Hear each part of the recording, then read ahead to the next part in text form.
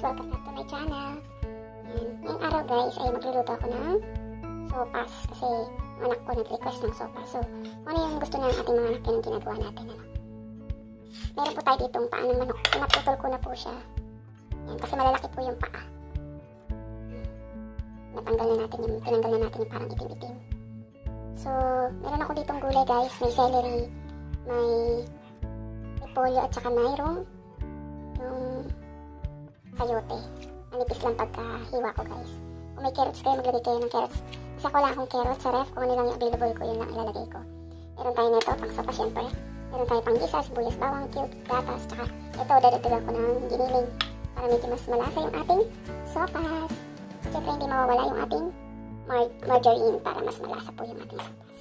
So, kung meron po kayong, dapat ang gagawin kong panahog ay yung spam kasi naubusan na ako ng spam guys. Masarap din yung spam sa sopas. Try nyo yun. So dahil ito lang po yung available ko, hindi na po ako lumabas para maghanap pa. So lulutuin natin ito guys. Ito guys, simple lang yung mga rekado natin pero the best yan kapag naluto na. Ano, umpisa na po natin. Dahil nga wala tayong available na hotdog, pwede na rin yung pang sinahog natin. So, lagyan ko na siya ng butter guys ha. Butter pa lang yung nilalagay natin. Bumili ako ng butter kanina. Yan lang, sa malapit. So, sinalin ko siya dito.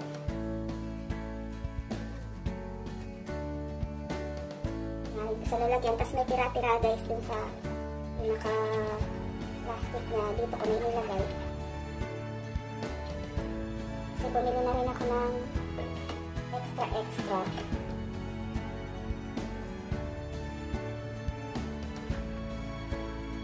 Natin yung bawang. Pwede nyo pang dagdagan itong bawang kasi ilang piraso lang. So halos kalahating bawang lang ito, yung buong bawang natin ilang. Pwede nyo naman pinuhin yung pag ano ng bawang. Pwede nyo. Kaya po yung hindi ko natin nyo. So ginisa ko muna siya ng bahagya.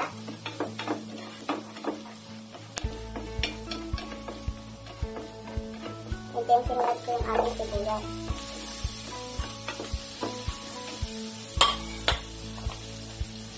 And habang nagigisa tayo, nagkakape rin ako. Maga ako nagluto kasi hindi ako makatulog. Sabi ko magluto na lang ako ng sopas na request ng anak. Nagpagay natin yung paa. Isa mo muna natin sa guys ha. Gagamit tayo dito guys ng paminta. Kasi ako, malakas talaga ako magpaminta. Tapos yung pangalat natin pwedeng patis. Or pwedeng halo patis. So, ayan. Pero the best kasi kung puro patis. Hindi ko rin bukasa ko yung patis. Stay ko lang siya ng bahagya guys. So, tayo paminta. Kasi, marami talaga maglagay ng paminta. Kaya, kakakulangan pa yan.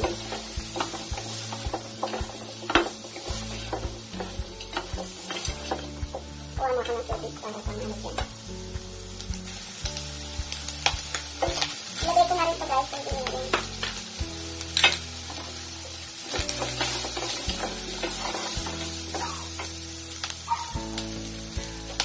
Mas maingat na yung kanyang hotdog para ang colorful saka carrot para mas maganda tingin.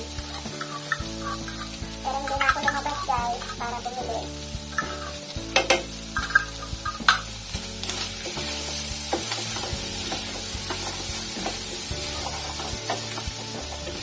Ang lalaki kasi ng paa. Ito ayoko kasi guys ng maliliit ang paa. Alam niyo ba yun? Ito sinutong natin kasi dahil pangati ang iniling sa loob. So naglagay na ako ng ito guys.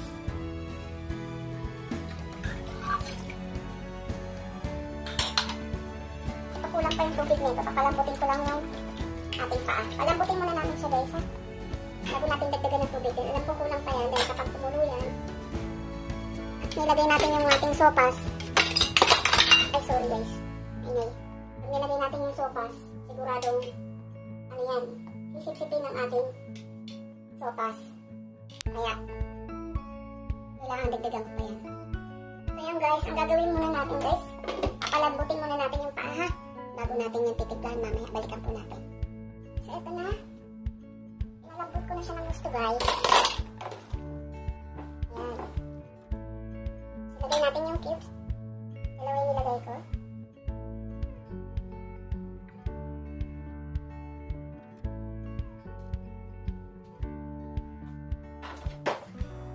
Tapos sinugasan ko yung noodles. Yung pang-sopas. Sinugasan ko ito kasi, guys. Kasi, kahit na naka-repack-repack na nila yan, hindi natin alam kung puro alikabok.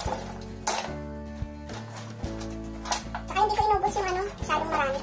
Ilan lang naman kami. Kasi nakaraan inubos ko yung isang balot. 1 kilo ata yun. Inubos ko. So, ang dami, puno-puno.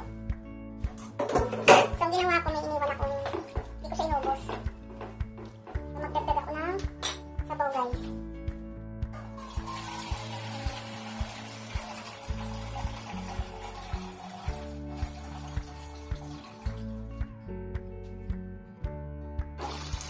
Ganyan natin kasi uubos din yan. Tapos patis.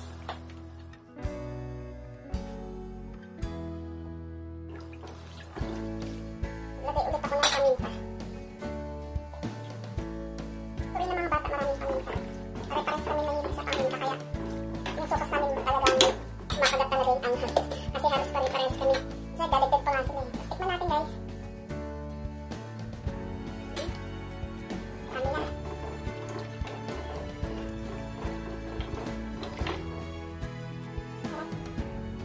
I-adjust guys ng alat, ha. I-adjust ng alat. Dagdag pa ako.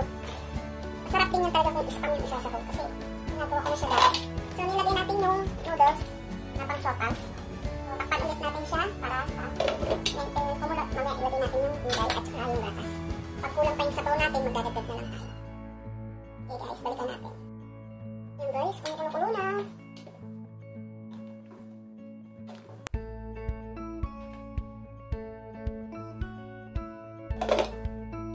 Mamaya sisip-sipin niya yung sabaw na yan.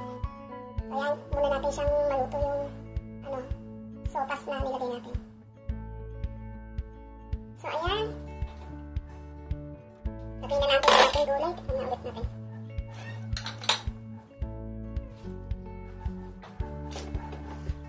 Maraming gulay. Pero gusto ko talaga yan, maraming gulay. Hindi pa kompleto yan. Masarap din yung may bell pepper. Maglagay din sa sopas kahit mga isang peraso. Iba kasi yung amoy na mabango. Yung iba ayaw nun, pero ako gusto ko yun. Depende sa inyo kung gusto nyo lagyan nun. Pero pwede yun guys. Sa mga restaurant, may kita nyo yung sopas nila may bell pepper. Saka talaga naglalagay ako noon pa. Ito pa pinapanganak yung mga anak ko. Naglalagay na talaga ako sa sopas ng bell pepper. Sasabay ko na rin guys yung gatas kasi hakpok na yung gagawin natin sa gulay. Ayoko rin mag-overcook. Kasi habang mainit ka, maluluto na yun. Pakulin ko lang siya ng bahagya. Hindi papatayin ko na kasi ayoko ma-overcook yung gulay.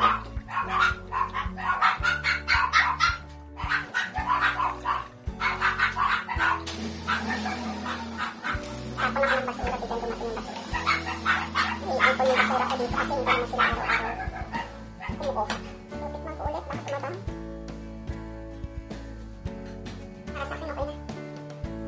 Siguro maglagay ako ng konting sugar, pampabalance guys na lasa. Konting-kunti lang naman. Kasi pampabalance lang yun. Hindi naman yung lalasa. So, yung kapag alam na natin kumulo na siya, patay na natin siya guys kasi ma-overcook yung gulay niya. Kasi mas masarap yung gulay kung hindi siya na-overcook. Hindi ko na siya tatakpan pa natin siyang kumulo guys. So ayan guys, kumulo na siya. Sa puntong ito guys, pwede natin siyang kumulo. Para hindi ma-overcook yun. Meron kasi akong ilalagay dito guys. Magluluto rin ako ng mani.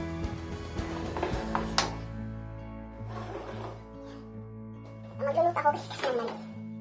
Favorite ko rin ng mani. So tikman natin. Tikman natin yung ating sopas. Mamaya, wala na yun ng sabaw. Ilagay yung talaga ng sabaw kasi mamaya wala na yun. Nakakain. Sisip-sipin na ng noodles ng ating sopas. So, ayan. Yummy guys. Yummy, yummy. So, ito na yung sopas natin, guys. Yan, oh. Mas maganda talaga kung may carrot tsaka yung bell pepper para mas makulay yung sopas natin. Para mas masarap siyang tingnan. So, dahil kami lang naman ang kakain kahit wala ng carrot tsaka bell pepper. Pero kung pangbenta nyo guys, lagyan nyo guys para mas maganda. Tapos, syempre, alam nyo naman, sabi ko diba, mahilig ako sa paminta. Sila, maglalagay pa rin sila niyan. Gusto talaga nila yung lumalasa talaga sa sopas nila. So, yan guys, tikman natin yung ating sopas. So, pwede po yung paa sa mga hindi masiselan. At try nyo rin yung spam. Masarap po sa sopas. So, tikman ko. Wow, ang yummy. Sakto-sakto yung timpla. Tsaka yung gatas. Sakto lang sa ganong karami. Kung kinulangan pa rin kayo sa gatas, pwede kayo mag-add. Pero marami na yan guys. Oh. So, ang kulang lang natin yung medyo may carrots, medyo may kulay-kulay. So, maglagay kayo nun guys. So, ayan guys. Sana may natutunan kayo sa ating simpleng recipe. Kung napadaan ka sa aking channel, ay huwag niyo pong kalimutan i-like and subscribe my channel para lagi kayong updated sa anumang video na i-upload ko. Huwag niyo pong kalimutan hit ang bell button para lagi kayong updated. Bye guys and God bless everyone. Bye. Thank you for watching.